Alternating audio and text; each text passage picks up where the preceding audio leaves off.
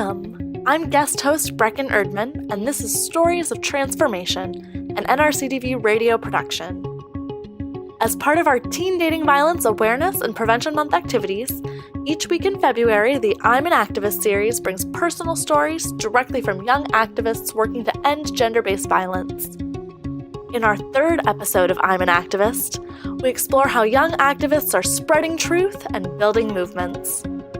Our storyteller speaks to the impactful roles young activists play in engaging, educating, and empowering young people to prevent gender-based violence.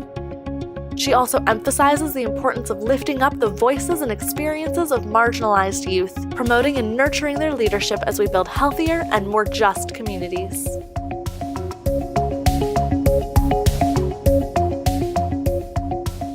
Alyssa Wainaina is a young activist in Meridian, Idaho.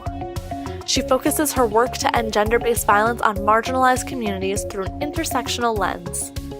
Alyssa plans to continue working for a better Idaho until there's monumental change. Here's Alyssa. My name is Alyssa Wainaina. I began this journey into youth activism with a workshop titled Young Women of Color in Leadership, put on by the Idaho Coalition Against Sexual and Domestic Violence. Until this point, I rarely saw my identities next to words like leader.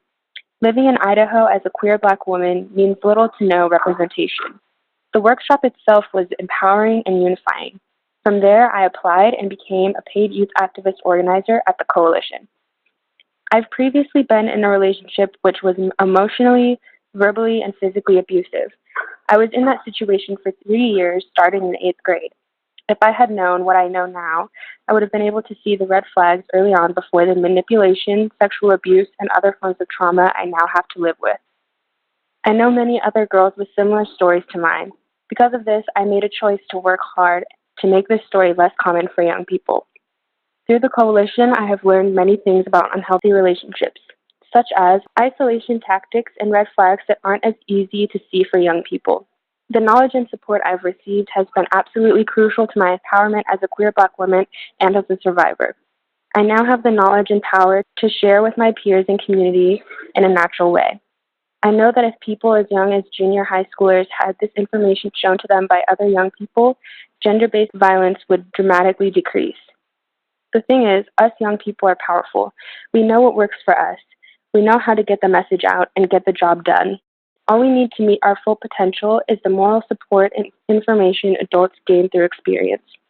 By sharing knowledge and experiences with us in a personal way, you as adults pass along these lessons which we can then share others our age who we know may need it. We have the ability and passion to create campaigns and movements. We know what works for other youth.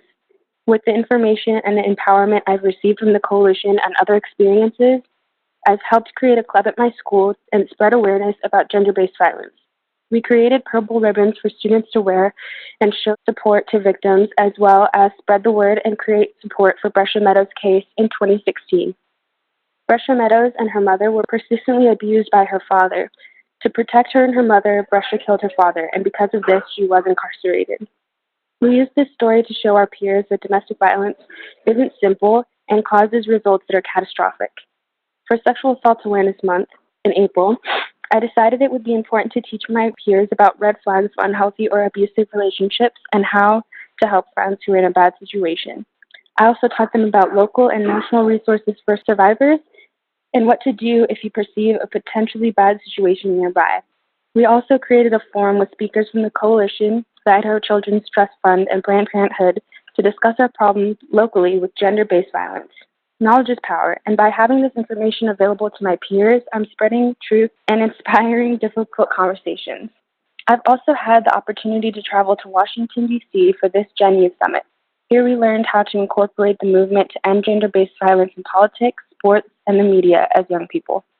More importantly, we realized the power we had through making connections and sharing ideas with each other, and created our own plans and campaigns to continue at home. The size of the group of young people united under just this one movement was mind-blowing. It proves that passionate young people are out there and simply need to be empowered and uplifted to use their own voice and influence. To conclude, youth activism is power. Young people are the future, and therefore the utmost importance at this and any other movement. We know how to engage each other and are valuable tools to the movement to end gender-based violence. Uplift your local marginalized communities of youth and empower us. Thank you. Thank you so much, Alyssa, for sharing your powerful story with us today. You can follow Alyssa on Twitter at AlyssaWW3. Tune in to the next episode of I'm an Activist to hear from a young survivor and aspiring activist who illuminates the power of storytelling to raise awareness and inspire change. To hear more NRCDV podcasts and to access additional resources on gender-based violence and related topics, visit NRCDV.org. Follow us on Twitter at National DVAM and hashtag I'm an Activist for all of our Teen Dating Violence Month activities. Stories of Transformation is an NRCDV radio podcast production brought to you by the National Resource Center on Domestic Violence. Support is provided by the U.S. Department of Health and Human Services, Administration for Children and Families, Family and Youth Services Bureau.